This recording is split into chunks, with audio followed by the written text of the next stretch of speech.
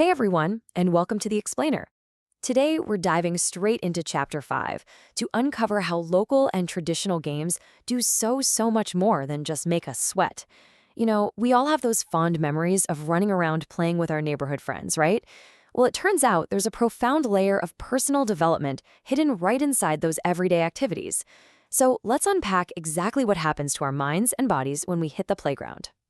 We've got a really great roadmap for today. First up, we'll look at the power of traditional games. Second, we'll jump into some actual game examples. Third, we'll cover health, skills, and nutrition. And finally, we'll look at how we go about tracking student growth. All right, kicking things off with Section 1, the power of traditional games and how they connect with heritage and growth.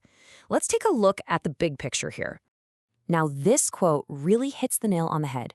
Traditional games act as a direct bridge to our heritage, with every region having its own unique games. But it's not just about preserving culture. The text emphasizes that while playing and enjoying these games together, students are actually learning to treat each other with kindness. They're actively practicing how to become better human beings in the process.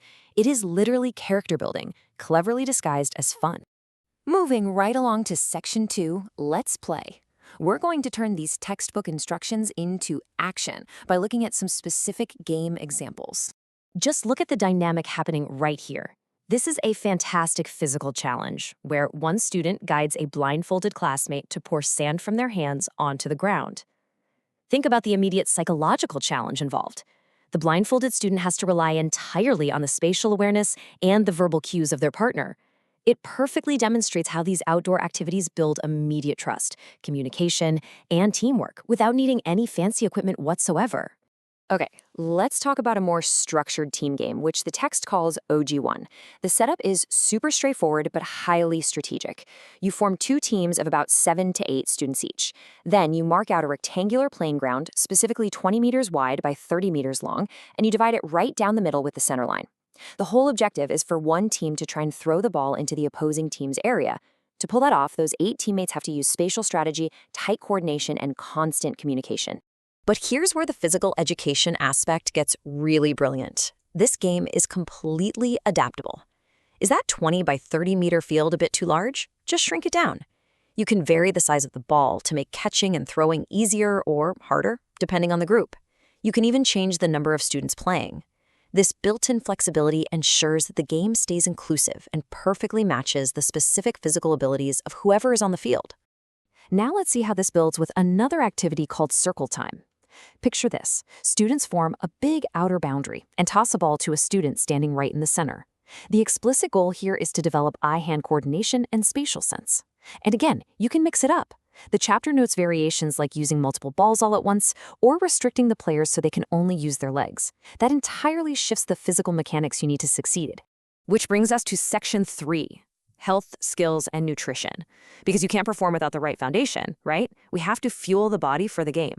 So while playing circle time, the chapter actually encourages educators to pause the game and ask the kids a really critical question.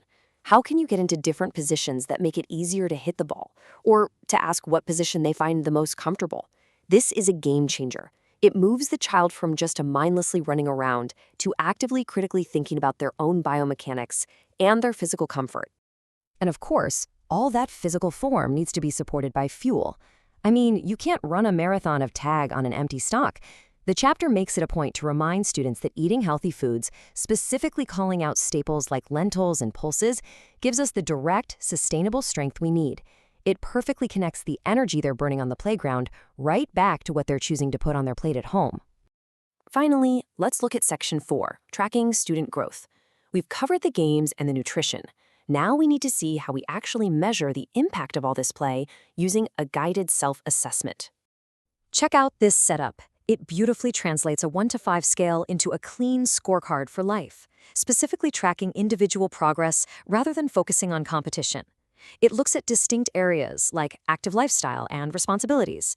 So at a level 1, a student might be comfortably performing physical activities and taking basic initiative without needing reminders. But if we jump down to a level 5, that student isn't just staying active, they're actually inspiring others. They're taking the initiative to support their peers in developing strong habits. It's really about measuring leadership, not just athletic ability. And it goes way beyond just physical tasks. This assessment closely monitors vital social, emotional qualities too. It asks guardians to observe. Is the student building positive relationships? Are they showing empathy? Do they take the initiative to include others so everyone feels valued? It proves that what happens during a quick game of OG1 or Circle Time directly shapes how a child interacts with the entire world. As we wrap up this explainer, I want to leave you with a question to chew on. How can you take these incredible lessons of teamwork, physical health, and responsibility off the playground and apply them to your own daily life right now?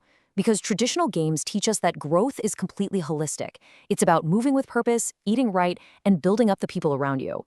So take a page out of Chapter 5 today, get active, and think about how you can inspire your community. Thanks so much for joining me on this explainer, and keep learning.